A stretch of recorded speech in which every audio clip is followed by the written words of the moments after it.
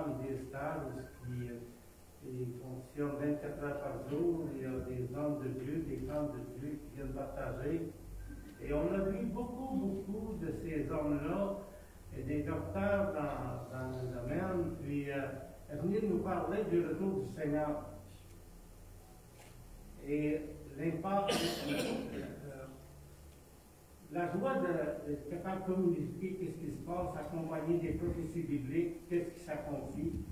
Et ça fait qu'on a passé, moi et mon épouse, je pense que à tous les soirs, on était dans la Bible, à tous les soirs, on écoutait les messages, soit à l'Internet ou soit là-bas.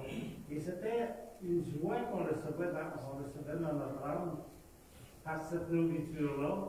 Et privé de l'Église, on souffrait de la communion fraternelle et on allait chercher qu'est-ce qu'on avait besoin dans ces enseignements-là bibliques.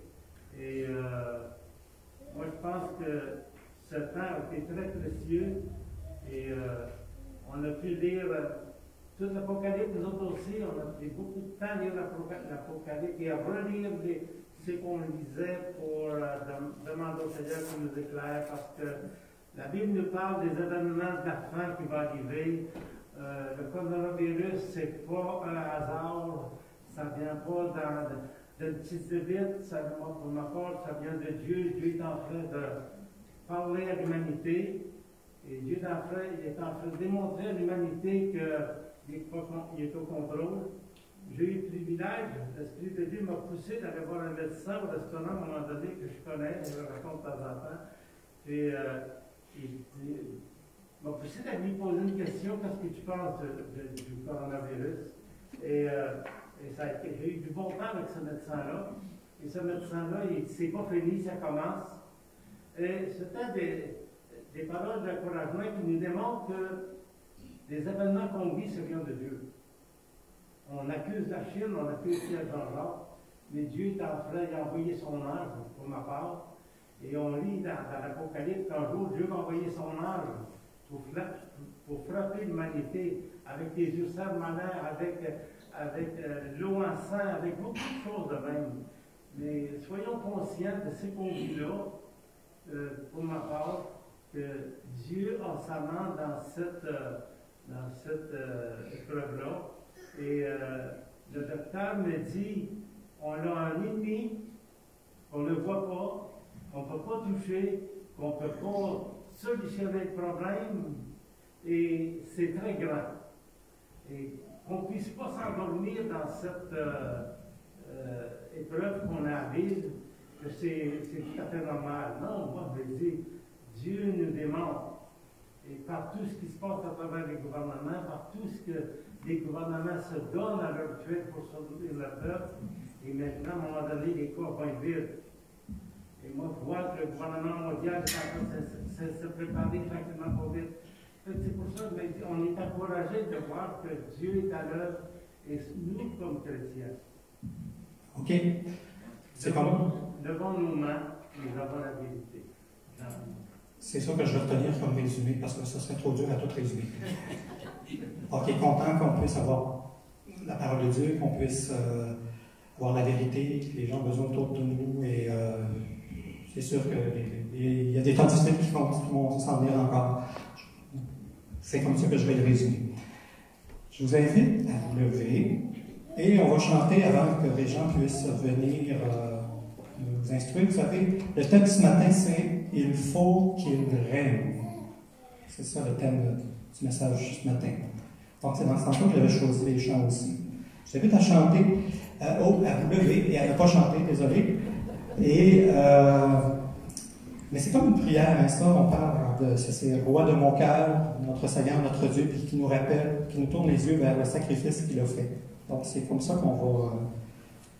C'est ainsi qu'on va aller vers le message. OK, c'est le suivant. Ouais.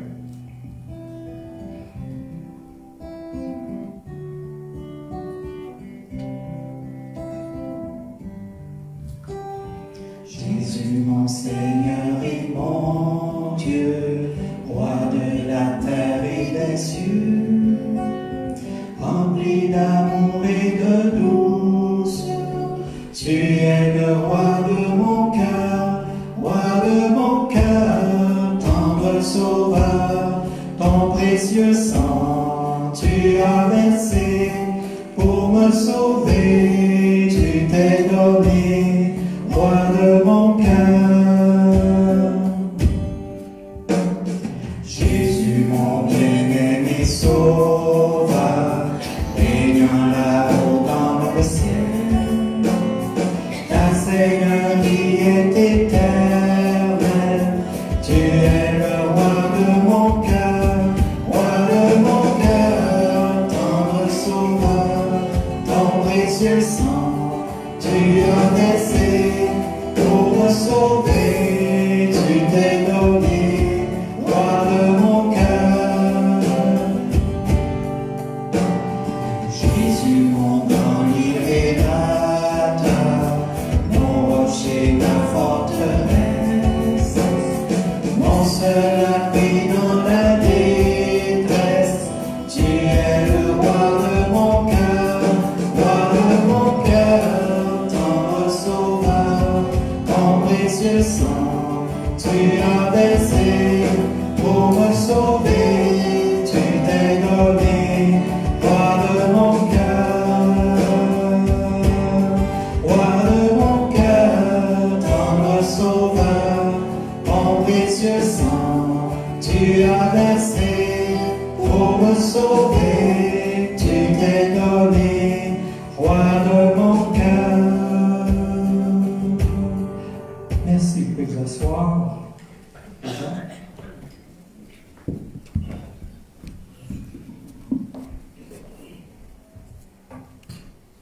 Bien, merci à notre équipe de louanges. Bonjour à tous. Bonjour à nos gens au sous-sol. Et bonjour à tous ceux qui, via Internet, vont écouter et visionner ce message. Depuis quelques semaines, nous sommes en train de regarder le collège ensemble sur les prédications futures, et entre autres Silvio, et on choisit des thèmes qui vont nous recentrer sur la véritable valeur, là où notre cœur devrait être sur la personne de Jésus-Christ. Dans nos petits groupes, il y a un livre qu'on est en train de lire, de regarder, qu'on va partager ensemble, c'est Connaître Christ. Connaître Christ. Et Sylvio et moi, on regarde les possibilités pour les prochains dimanches et prochains mois d'apporter des études, des enseignements, des prédications sur l'Épître aux Hébreux. Alors, si vous voulez vous préparer de lire cette épître, je regardais hier encore les introductions de quelques commentaires en lisant le texte que le Seigneur nous a laissé entre nos mains. Donc, et toutes ces pensées, ces réflexions qui me venaient en tête, eh bien, m'ont emmené à 1 Corinthiens chapitre 15. Il va y avoir plusieurs textes ce matin, alors si vous voulez les prendre en note, mais ça a parti de ce texte. Et le thème ou le titre du message est parti du verset 25. Alors, ce que Paul fait ici, là, il expose de façon grandiose les bienfaits de la résurrection de Christ. Et puis, il ne va pas de main morte, là. Il va avec 58 versets. Je vous encourage d'en faire la lecture. Vous allez voir, c'est étonnant comment ce texte peut nous détacher de ce que nous sommes en train de vivre et de nous attacher aux vraies valeurs, aux vraies affaires. Là où Christ règne. Le Christ règne.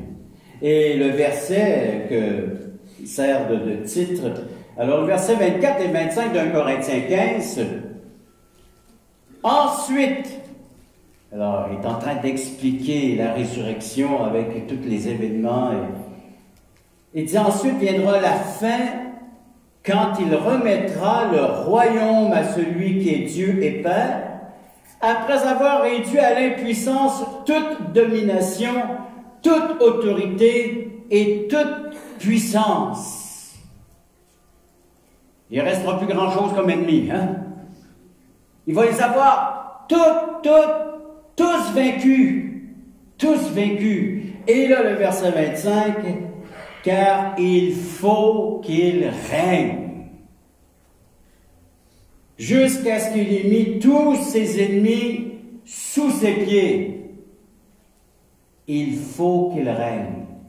Et là, j'essayais de saisir, de comprendre la portée de ce texte, de rejoindre un des disciples les plus consacrés à l'Éternel, au Seigneur Jésus-Christ. Paul, il en a mangé de la misère, hein? Il en a vu plus que nous, certainement, de voir l'ennemi à l'œuvre. Et puis, il est demeuré fidèle, demeuré consacré à l'appel. Il a cette vérité en lui, ancrée dans son cœur. Et puis, il faut qu'il règne. Il faut qu'il règne. C'est une nécessité, c'est un besoin, c'est une réalité. Il faut qu'il règne sur toutes choses. Alors viendra la fin. Viendra la fin. C'est étonnant, hein? Tantôt, nos chanteurs, notre équipe de louange, l'offrande, avez-vous passé l'offrande? Ça l'entrée maintenant qu'on fait ça, hein? L'équipe de louange nous a conduits dans notre Père. Notre Père, ben, c'est la prière que le Seigneur, le Maître, a enseignée à ses disciples. Et il précise que ton règne vienne, que ton règne vienne. Moi, ça m'a motivé toute la semaine. Que ton règne vienne, que ton règne vienne. Mais ça implique quoi, ça, que ton règne vienne? Pas juste des paroles. C'est une condition de vie. Comme on est en train de vivre une condition de vie. Mais que le règne de Christ soit notre condition à nous de vivre. Prions. Et ensuite, on va élaborer ce thème. Père Céleste, on est devant ta parole. On est devant ce que tu as laissé de plus précieux avec ton Fils bien-aimé, la parole écrite, la parole faite chair, la parole manifestée. Qu'elle devienne vivante dans chacune des vies, Seigneur, de ceux qui écoutent ce message aussi, Seigneur, non seulement dans cette salle, mais que cette parole puisse être expérimentée par chacun d'entre nous, et entre autres la vérité d'aujourd'hui, du thème de ce message, de la prédication, que ton règne vienne, où il faut qu'il règne.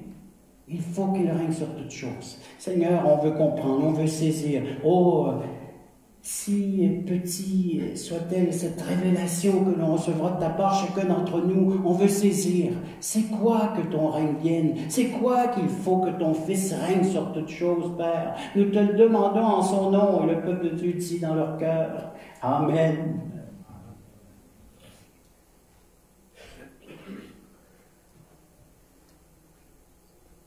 Et on voit que l'Évangile, c'est beaucoup plus que le pardon de nos péchés, beaucoup plus que la réconciliation du pécheur repentant qui place sa foi en Jésus-Christ. C'est un règne. Un règne. Et un jour, le Seigneur manifestera son règne sur la terre. Dites Amen dans votre cœur. Après sa mort et sa résurrection, notre Seigneur est monté au ciel, nous disent les Saintes Écritures, à la vue des disciples, gardant pour l'éternité son corps glorifié. Et il reçoit une place d'honneur à la droite de Dieu. Et pour autant, de très nombreux passages, tant dans l'Ancien que dans le Nouveau Testament, montrent que Jésus ne restera pas toujours dans son lieu de gloire actuel. Nous savons tous que Jésus est auprès de son Père, dans les lieux célestes. Mais les textes sacrés nous disent qu'il reviendra établir son règne sur cette terre. C'est étonnant, hein, de quitter ce lieu où que nous tous, on voudrait y aller, et le Seigneur dit, moi je reviens. Il revient pour établir son règne. Un retour personnel sur cette terre. Littéralement, c'est écrit. Un deuxième aspect de son règne, c'est que la lecture des prophètes montre que Jésus n'a accompli lors de sa première venue qu'une partie des prophéties le concernant. Les prophéties sur le serviteur souffrant s'étant accomplies exactement comme décrit dans les Saintes Écritures. Prenez-les, les prophéties. L'homme de douleur, l'homme de souffrance, le Seigneur Jésus qui accomplit ce merveilleux salut, exactement comme décrit. Et cela nous rend parfaitement confiants sur l'accomplissement des prophéties et aussi sur celle à venir. Le roi de gloire, le roi de gloire.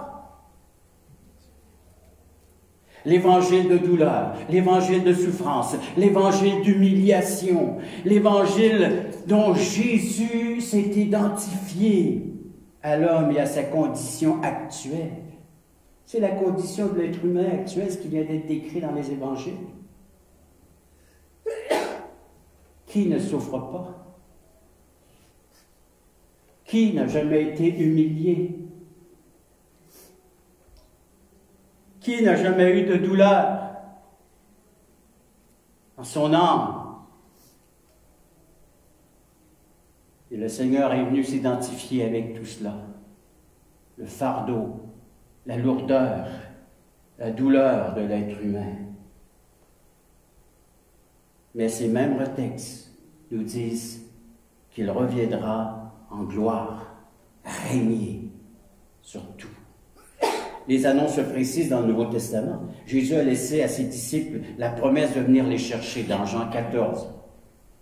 Et Paul a reçu la révélation d'un retour du Seigneur pour prendre avec lui tous ceux qui lui appartiennent dans 1 Thessaloniciens et 1 Corinthiens 15. Jean, lui, a eu la vision d'un futur troublé par des jugements terribles, suivi par un règne. Un règne. Apocalypse chapitre 20. Deux passages, 1 Corinthiens 15 et Apocalypse 19, éclairent particulièrement les grandes lignes chronologiques du futur. Et après un cycle de jugement effroyable, la venue de Jésus-Christ amènera une nouvelle période pour la terre qui aboutira finalement à de nouveaux cieux et une nouvelle terre. Apocalypse chapitre 21. Et ce n'est que quelques résultats de son règne. De son règne. Allons un peu plus en détail. Premier point, il faut qu'il règne à cause d'Israël. À cause d'Israël. Oh, nous ne voyons pas Christ régner sur Israël présentement. Israël est un peuple humilié, persécuté, troublé. Et ça se comprend lorsque nous lisons les évangiles. Il y a cette phrase dans Luc chapitre 19, verset 14, où le peuple dit « Nous ne voulons pas que cet homme règne sur nous. » Ils ont refusé le règne de Christ, refusé le roi, refusé le Messie, le Sauveur, rapporté par les évangélistes. « Nous n'avons de roi que César. » Jean chapitre 19, verset 15. Ils ont fait un choix. Quel choix qui les a emmenés, conduits là où nous les voyons aujourd'hui, dans le trouble, dans la misère.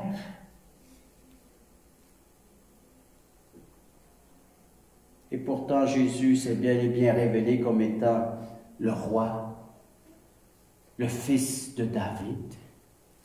C'est son langage qu'il a utilisé. Mais le peuple juif du premier siècle n'a pas voulu de ce roi.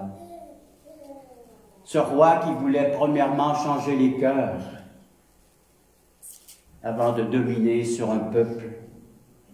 Ce roi qui a passé par la crucifixion avant d'obtenir sa couronne, son règne. Il s'est humilié, il s'est abaissé, il s'est dépouillé pour rejoindre son peuple. Et pourtant, sa royauté a été proclamée jusque dans son rejet. L'écriteau sur la croix nous le précise. Il est le roi des Juifs.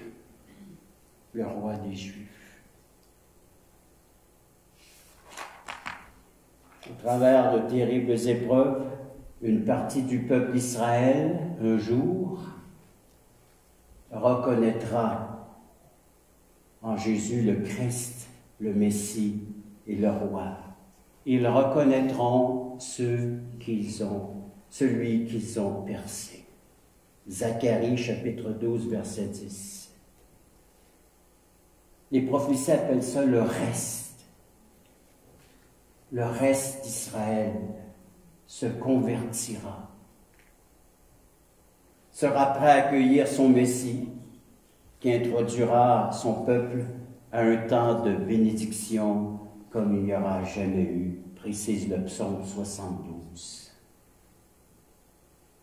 Le peuple d'Israël aura une place particulière dans ce règne.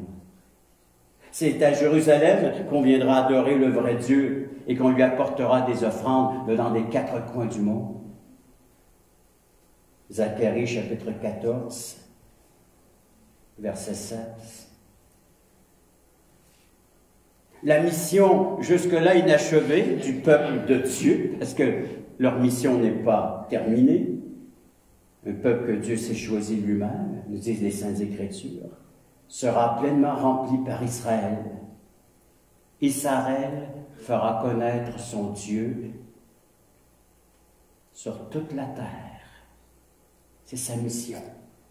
Jérémie chapitre 3, verset 17, Ésaïe chapitre 60 et Ésaïe chapitre 66. Israël sera restauré. Israël retrouvera le pourquoi de son existence. Israël renaîtra et proclamera le seul vrai Dieu. Amen. C'est ce que Dieu annonce et proclame, que son règne vienne, c'est ce que nous sommes en train de lui demander. Il faut qu'il règne, c'est ce que ça inclut. La terre entière, mais un peuple bien précis. Israël. Israël. Affirmer la prééminence future d'Israël n'est certainement pas politiquement correct. Aujourd'hui, de dire que c'est Israël, le centre, le cœur de la terre, le cœur de Dieu, Israël. C'est pas une nouvelle trop populaire. Et pourtant, c'est ce que la Bible nous dit, nous enseigne. Oui, on se l'a approprié, nous les nations, et c'est vrai, parce qu'ils l'ont rejeté. Le Seigneur a dit, parfait, je me tourne vers les nations jusqu'à ce que le dernier se convertisse et devienne un membre de mon corps, de mon Église. Mais après, je reviens chez vous. Je reviens en Israël. Je reviens établir mon règne, mon royaume. La terre, le peuple que j'ai choisi. Le Seigneur, pour l'instant, bâtit son Église. Il forme des disciples avec chacun d'entre nous pour qu'un jour on vienne régner avec lui. Qu'on vienne régner sur cette terre, en Israël. Le peuple de Dieu, son Église aujourd'hui, sont des citoyens célestes. Mais là où est le roi, là où est son royaume, rappelez-vous ce que Jésus a dit. Le royaume est parmi vous. Parce que le roi était parmi nous, parmi eux. Et c'est ce que vous lisez dans Actes chapitre 5, Actes chapitre 15, Actes chapitre 1. Actes chapitre 1, c'est les anges qui disent aux apôtres, parce qu'ils sont comme ça, parce que le Seigneur a été élevé, parti dans sa demeure céleste. Il contemple, parce que le Seigneur, eh bien, il est parti. Et les anges disent, ben, ils viennent le réconforter, disent, la même façon que vous l'avez vu partir, ben, il va revenir. En attendant, bien, restez à Jérusalem, vous recevrez une puissance, le Saint-Esprit qui viendra d'en haut, il fera de vous des témoins. Vous serez des disciples, des témoins de Jésus-Christ. Amen. Alors, il y a une mission en attendant. On a quelque chose à nous occuper en attendant. Hein? Il y a quelque chose pour occuper les chrétiens. Une mission. Allez le faire connaître à toutes les nations, vous.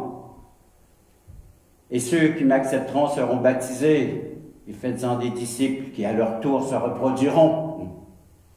Formidable, la roue tourne depuis le livre des Actes. Hein? Mais tout ça en attendant quoi? En attendant le règne, en attendant son règne, en attendant qu'il revienne.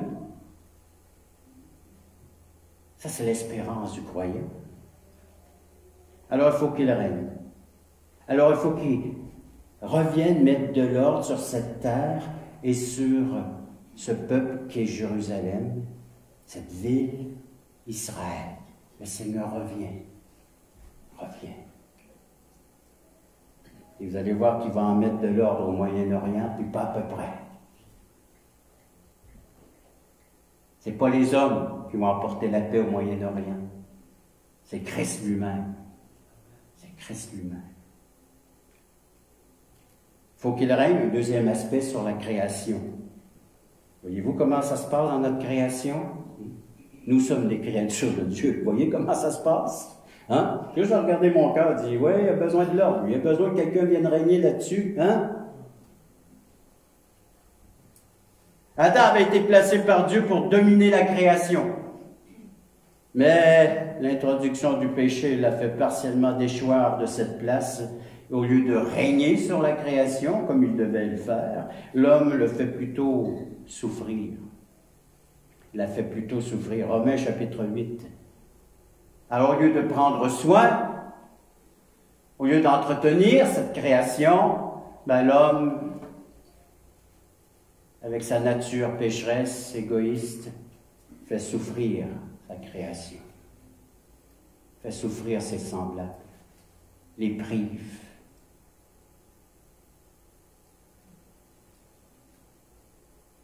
Au lieu de considérer la vie sacrée venant de Dieu, il en fait ce qu'il en veut de cette vie.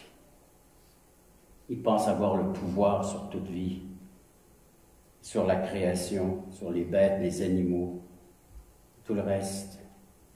Les désastres écologiques se multiplient.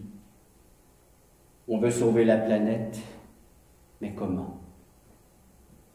Comment?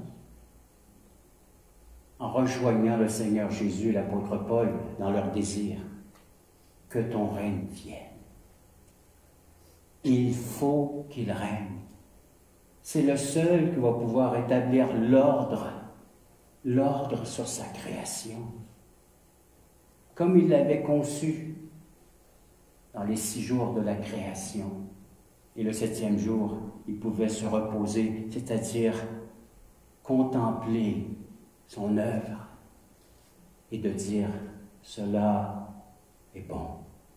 Cela est même très bon.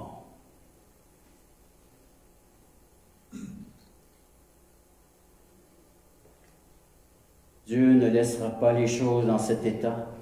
Il envoie le dernier Adam. Ça, c'est Jésus, qui un jour occupera en perfection la place de l'homme sur la création. L'Épître aux Hébreux l'applique au Christ, tout comme le psaume 8 indique bien que ce rétablissement de la terre est encore à venir. Nous ne voyons pas encore maintenant que toute chose lui soit soumise. Hébreux chapitre 2, verset 8. Mais un jour, la création entière sera soumise à nouveau à son Créateur et à son Sauveur.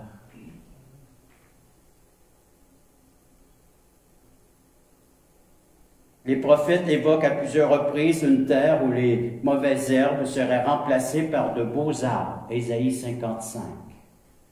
Les animaux sauvages perdraient leur instinct meurtrier. Ésaïe chapitre 11 et Ésaïe chapitre 65. Les animaux vont retrouver leur bon ordre. Il nous est difficile actuellement de trancher sur la portée littérale ou symbolique de tels passages, qu'il nous suffit de savoir que lorsque le Créateur prendra les rênes de sa création, celle-ci pourra être enfin affranchie de la servitude de la corruption pour jouir de la liberté, de la gloire des enfants de Dieu, précise Romains chapitre 8. Plus de pollution, plus de gaspillage inutile des précieuses ressources naturelles, plus de destruction d'espèces rares, mais une terre renouvelée qui pourra donner tous les trésors de richesse prévus par son Créateur, le prophète Amos, chapitre 9, versets 13 et 14.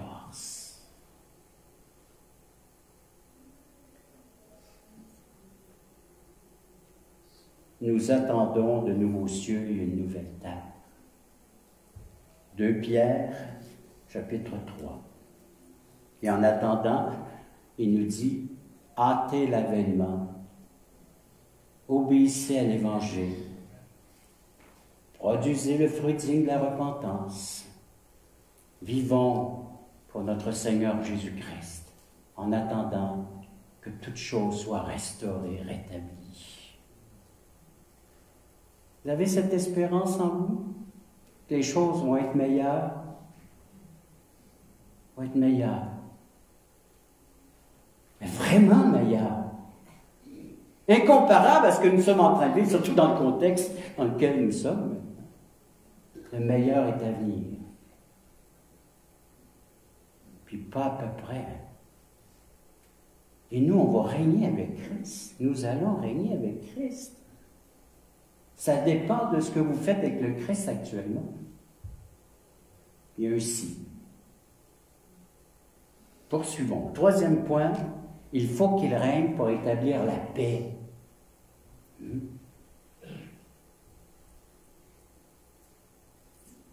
Paix sur la terre. Qui a chanté ça? Les anges ont chanté ça. Ils pouvaient chanter aux autres du ciel. Hey, dans le ciel, ils ont pu chanter ce matin. Hein? On a-tu hâte, nous aussi? Hey, ils ont chanté « Paix sur la terre ». Les anges ont venus chanter ça au berger. À la naissance du Sauveur, Luc chapitre 2.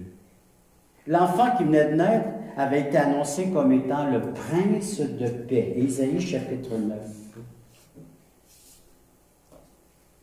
Et pourtant, l'homme de Nazareth a été un sujet supplémentaire de conflit sur la terre.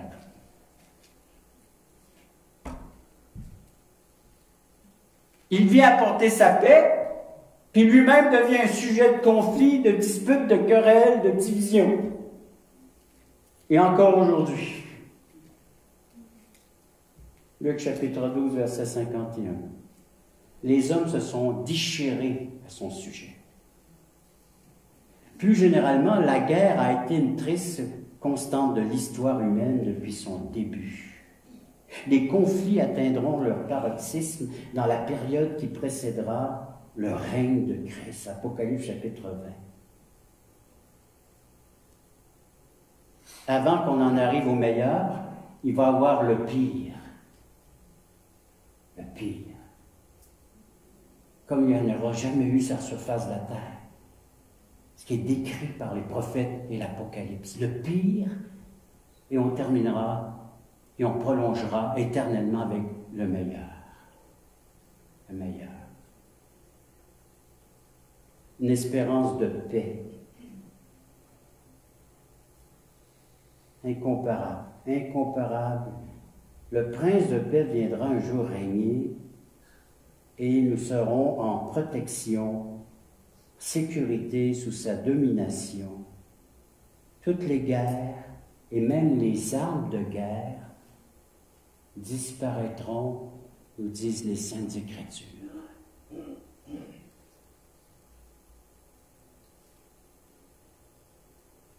Je ne sais même pas si tu pourras te préparer ou te fabriquer un tire-poids. Mais on ne se tirera plus rien. La paix, un règne de paix. De leurs épées, ils forgeront des socs et de leurs lances des serpes. Ils travailleront la terre. Une nation ne se lèvera pas contre une autre nation. Elle ne lèvera pas l'épée contre une autre nation et on n'apprendra plus la guerre. C'est écrit. C'est écrit.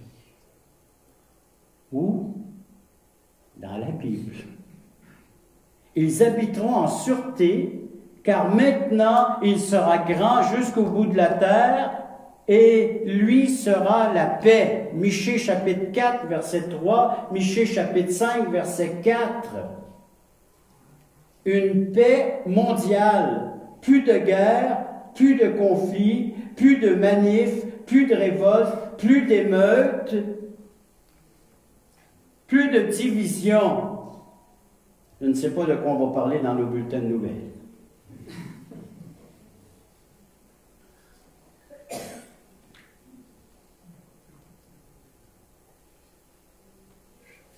Ça sera une stabilité comme il n'y aura jamais eu.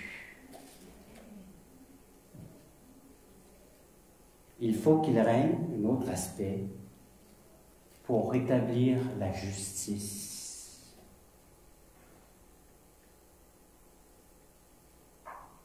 Que ton règne vienne, ça veut dire que justice soit faite. Il faut qu'il règne, c'est-à-dire il faut qu'il y ait justice une fois pour toutes. Il faut. Nous qui sommes croches, hein, le péché nous a déformés. On réclame une certaine justice, mais imaginez celui qui est droit de cœur, d'esprit. Que ton règne vienne. Il faut qu'il règne, que justice soit faite, que la justice soit rétablie. Il n'y a pas de juste, pas même un seul, nous disent les Écritures. Romains chapitre 3, une seule exception que je dois rajouter ici. L'exception à la règle, Jésus-Christ le juste. 1 Jean chapitre 2, verset 1. Il a fait et dit ce qui était juste, mais cela n'a pas plu. Cela n'a pas plu.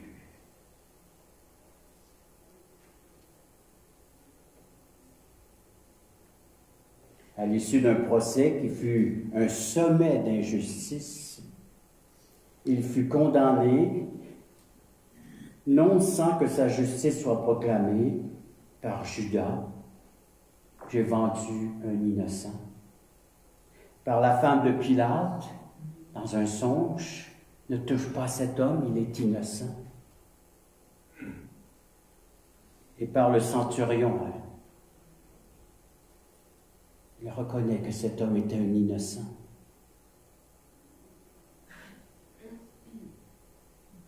Et désormais, tout croyant peut reconnaître Jésus comme étant leur propre justice. C'est le Seigneur qui a l'autorité de déclarer ce qui est condamné, déclarer juste. C'est le seul qui a ce pouvoir de prendre un coupable et dit « Je te déclare aujourd'hui, tu es juste. Tu es pardonné. » C'est le seul qui a ce pouvoir. N'allez pas vers d'autres. Seul Jésus-Christ a ce pouvoir de te déclarer juste. Lui seul peut te dire coupable.